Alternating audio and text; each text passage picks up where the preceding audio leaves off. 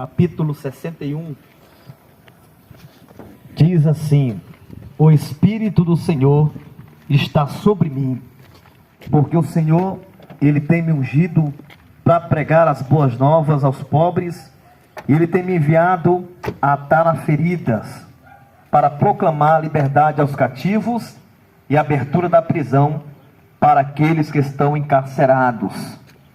Glória a Deus. Só apenas esse versículo, aonde faz menção do amor de Cristo ou do Espírito Santo, quando o profeta pregava como nós estamos pregando. Diferente era porque o profeta também andava e ele anunciava nas nações o Evangelho. Não mudou, queridos.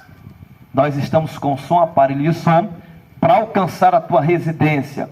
Você que não pode sair para lá de fora, mas está dentro da tua casa aí nessa tarde, eu creio, com alguns afazeres, outras pessoas estão descansando durante uma semana que tiveram, mas nós estamos aqui para fazer a obra do Senhor Jesus e abençoar a tua vida com a palavra nessa tarde. E o que diz a palavra de Deus a respeito da salvação para toda criatura. A palavra de Deus diz que o profeta, ele pregava e pregava a palavra. A Bíblia diz que era um povo duro. Irmãos, era duro de ouvir a palavra, era duro de servir, era um povo que também não queria aceitar de maneira nenhuma, eu creio assim, a bênção do Senhor na sua família. Por quê? Quando nós rejeitamos a palavra de Deus, ou não ouvimos o que está sendo pregado, ou até mesmo não queremos receber, queridos, nós estamos afastando a presença de Deus de dentro da nossa casa. E se você não sabe, a presença de Deus é a melhor coisa que o homem pode ter na terra. Às vezes o homem tem tudo, presbítero Isaías, homem de Deus, às vezes ele tem uma boa condição, e pelo fato de ter uma boa condição em dinheiro, ele não sente falta de nada. Mas se você for observar na Bíblia Sagrada, os homens que tinham tudo, porque não falamos do rei Davi. Davi tinha tudo, irmãos. Era um rei. Ele tinha servos, ele mandava, desmandava. Ele tinha o que ele quisesse, irmãos. Ele era o homem do tempo, do seu tempo, o rei que chamava atenção. Mas ele reconheceu que sem a presença do Espírito Santo de Deus em sua vida, nada valeria a pena. Então a riqueza é um fruto do trabalho, é uma bênção. Mas quando nós colocamos essa riqueza, ou a nossa família, nas mãos do Senhor Jesus, nós entendemos que esta riqueza, ou essas bênçãos, elas serão mais que abençoadas.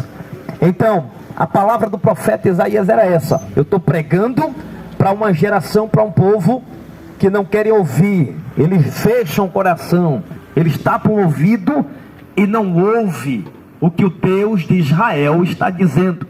Então ele começa a pregar a palavra, e você vai ver ainda no capítulo de número 53, aonde ele vai proferir essa mensagem, aonde ele vai proferir a palavra de Deus. Quem creu ou quem deu crédito à nossa pregação? O profeta já está fadigado, irmãos, aqui, de pregar e ver os homens dizendo não, eu não quero, expulsando quem sabe ele do ambiente, e ele chega enfadado a dizer isso. Mas quem creu em nossa palavra pregação, quem ouviu a nossa pregação, mas mesmo assim ele continuou anunciando a palavra do reino de Deus.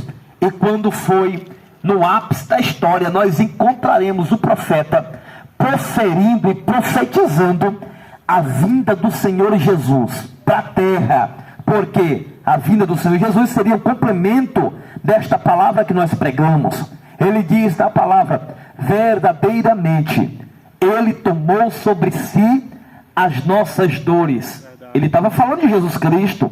O castigo que nos traz a paz estava sobre ele, Jesus Cristo, e pelas suas pisaduras nós fomos sarados. Ou seja, você foi sarado, você está tendo a oportunidade de receber Jesus na tua casa, porque um dia, na cruz do Calvário, ele padeceu, porque por amor a toda a humanidade. Meus irmãos, Jesus jamais, ele tem alegria na morte de um pecador. A vontade de Deus, está escrito na Bíblia Sagrada, é que todos sejam salvos. É toda a humanidade, para você ver o amor de Deus para com a tua vida. Ele não quer de maneira nenhuma que você se perca. Ele não quer de maneira nenhuma que você neste mundão se perca, nesta escuridão, porque este mundo, irmãos, a única luz que faz esse mundo brilhar é Jesus Cristo. E sem essa luz para brilhar nossos passos, nossos irmãos missionários, como é que nós vamos enxergar a noite? Como é que é arriscado nós tropeçar? Então eu gostaria de dizer a você, nessa tarde tão abençoada, que você está chegando o tempo. Eu acredito que você sabe que os dias se aproximam, irmãos. A humanidade está vendo, as nações estão vendo, está tendo um sufocamento muito grande no termo das guerras. Você vê as placas tectônicas, a natureza, ela está começando a se desestruturar. Chega um momento que tudo isso vai passar. Você tem que entender a realidade dos fatos.